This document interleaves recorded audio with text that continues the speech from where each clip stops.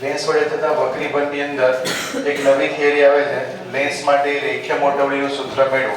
Last time આપણે અરીસા માટે રેખીય મોટવણીનું સૂત્ર મેળવેલું હતું. હવે એમાં પહેલા શરૂઆત કરવાની તમારી વ્યાખ્યાથી. તો વ્યાખ્યા છે રેખીય મોટવણીની. રેખીય મોટવણી બરાબર થાય પ્રતિબિંબની ઊંચાઈ જેને આપણે ઊંચાઈ વડે દર્શાવતા હતા, અને વસ્તુની ઊંચાઈના ગુણોત્તરને રેખીય મોટવણી કહે છે. અહીંથી શરૂઆત કરવાની આપણે. હવે રેખીય મોટવણીનું ગાણિતિક સૂત્ર લખીએ તો મોટવણીની અંગ્રેજીમાં કહેવાય મેગ્નિફિકેશન. એટલે m વડે દર્શાવશું પ્રતિબિંબની ઊંચાઈ hi અને વસ્તુની ઊંચાઈ ho. હવે આની અંદર તમારે hi/ho લાવીને મૂકવાનું. એના માટે આપણે લેન્સની રેખીય મોટવણી કરીએ છીએ. તો લેન્સ માટે આપણે રેખાકૃતિ દોરી દઈએ. કિરણ આકૃતિ લેન્સને વચ્ચે દોરી દઈએ. એની અંદર ટોટલ 6 કિસ્સા હતા.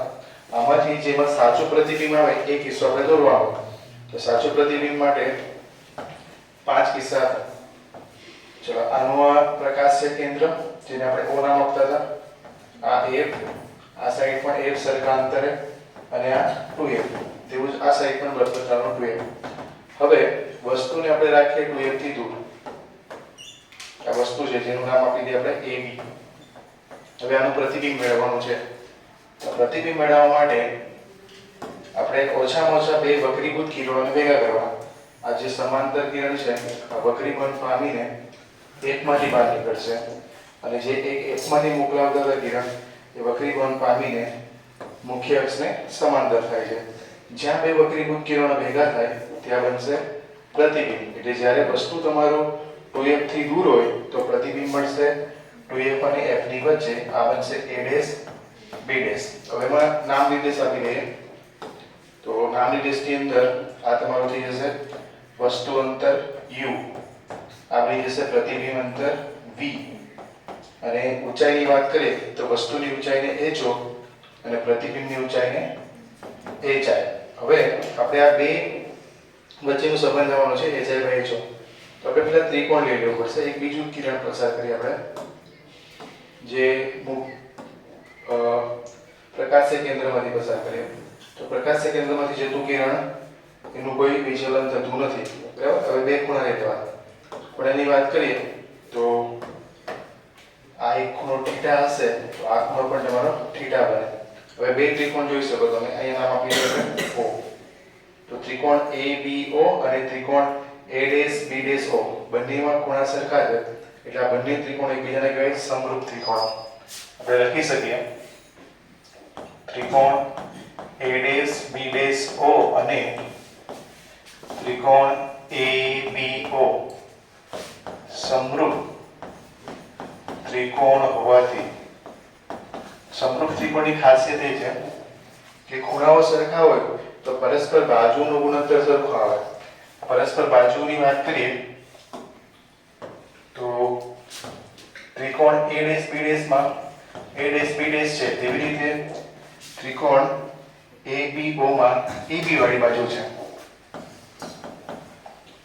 જેવી રીતે ત્રિકોણ A'B'ની અંદર આ B'O બાજુ છે, એવી રીતે AB ની અંદર ત્રિકોણ ABO ની અંદર BO વાળી બાજુ છે. હવે AB વડે પદ સાથે કરી નાખવાના. તો A', B' ના છેદમાં AB બરાબર B'O ના છેદમાં BO. હવે એમાં કિંમત મૂકી દેવાની. તો જ્યાં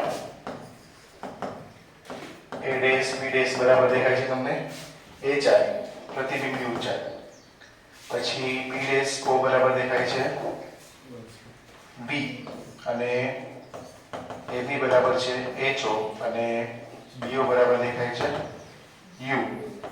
પણ સંજ્ઞા પદ્ધતિ પ્રમાણે મૂકીએ આપણે તો ઉપર જે મુખ્ય અક્ષની ઉપરની ઊંચાઈને પ્લસ લેવાની, નીચેની ઊંચાઈને માઈનસ. એ લખી દઈએ સંજ્ઞા પ્રણાલી મુજબ. તો આ માઈનસ આવશે, આ પ્લસ. હવે આપાત કિરણ દિશાને પ્લસ લેવાનું, એની વિરુદ્ધનું આપો તો માઈનસ. તો આ BO જે છે માઈનસ આવશે ને આ પ્લસ. હવે એમાં મૂકી દઈએ કિંમત તો તમારું સૂત્ર બનશે a ડેશ b ડેશ બરાબર માઇનસ hi, ab બરાબર પ્લસ ho, પછી b ડેશો બરાબર